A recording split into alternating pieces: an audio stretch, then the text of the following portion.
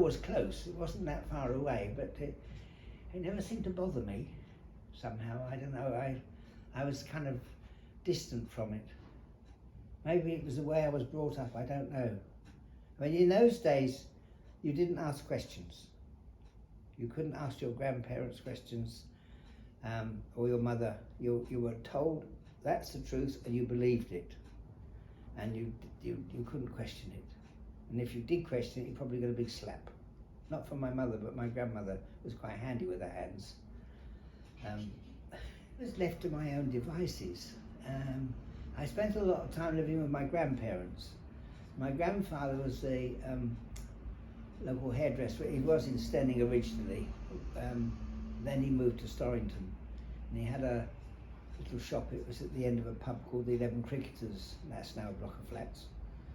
And I used to sit in the shop sometimes and watch him work, because there wasn't anything else to do.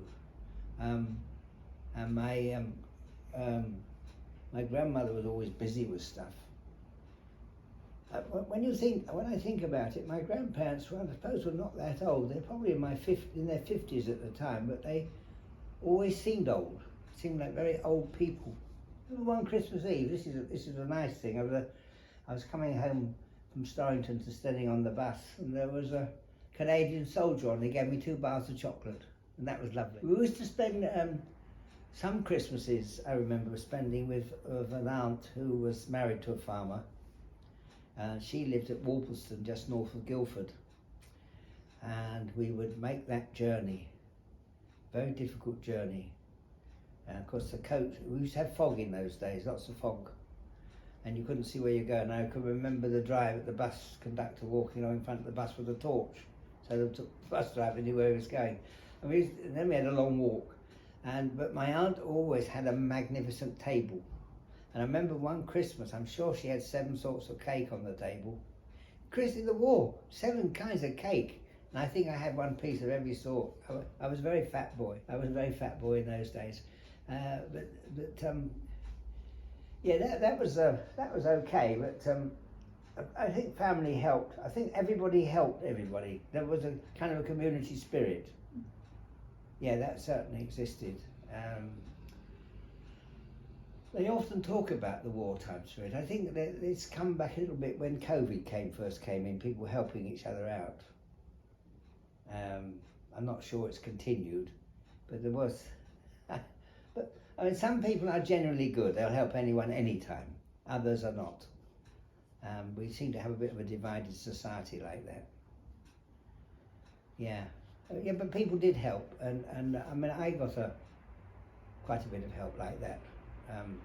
Although you were left to your own devices, but in those days children played out in the street. There were no cars, of course, and our neighbour had 2 cars, but he was the manager of Shoreham Cement Works. He knew the war, the war just finished, and I was sleeping in the butcher's opposite his shop, and I heard a big bang in the night, and I turned over and just disturbed me, and I went back to sleep. The next day I found the shop window had been ram raided. The televisions were just starting to come into existence in the late 40s. And someone had ram raided him, driven a jeep into the window, smashed it, nicked all his televisions and cleared off. I don't know if they ever caught him. I couldn't give evidence because I had slept through it. Nobody ever asked me anyway. But I can always remember that in Stenning, Captain Purchase in Goring Road, had a big house, and on the roof, on the chimney, had a big H aerial. It was a big H, big like that.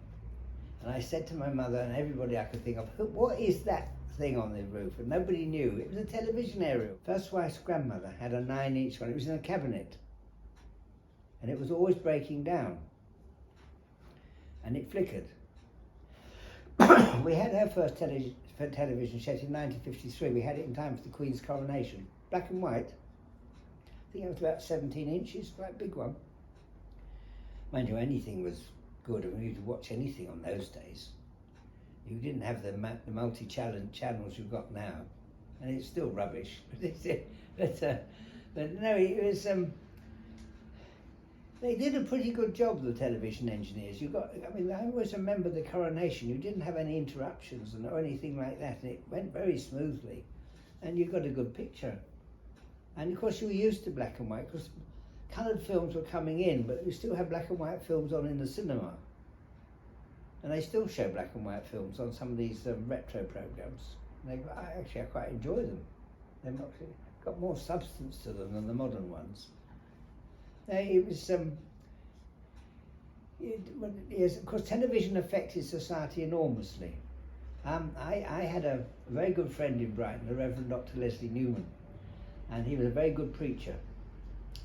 And he came down to Brighton in 1952 to preach, to take over what was called the Dome Mission. The Dome Mission was an evening service on Sunday evenings in the Brighton Dome. Have you ever been to the Dome? It's a big building, about 2,000 people could sit in it. They used to fill it every Sunday night. And gradually, as the years went by, more and more seats became vacant. Then there were brought in parking restrictions. You had to pay for parking. And people didn't want to travel, and people didn't want to go out at night, and it got more dangerous at night. There were muggings and stuff. And now it's no more. It doesn't exist anymore. But in those days, it was so free. Nobody worried about anything. Life was slower, yeah, definitely slow. And life got more difficult. And the legal profession has changed. I wouldn't know how to cope with it anymore. They have all sorts of gadgets and stuff, and it's all done by email. It used to take about 6 weeks to get a local search out of some local authorities. You'd probably do it on the phone now, I know I've got a friend who's waiting for one, but I think you probably can speed it up with emails and stuff. And no, it was all very, very slow, very gentle, and very nice. It always got there in the end. I suppose that the sense of community is the first thing, people caring about one another.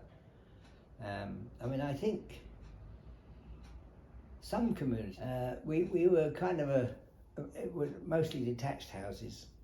It didn't have a lot to do with your neighbours, but in some areas the communities are much stronger, and they combine more. So I think that the fact that people looked out for one another was the great thing.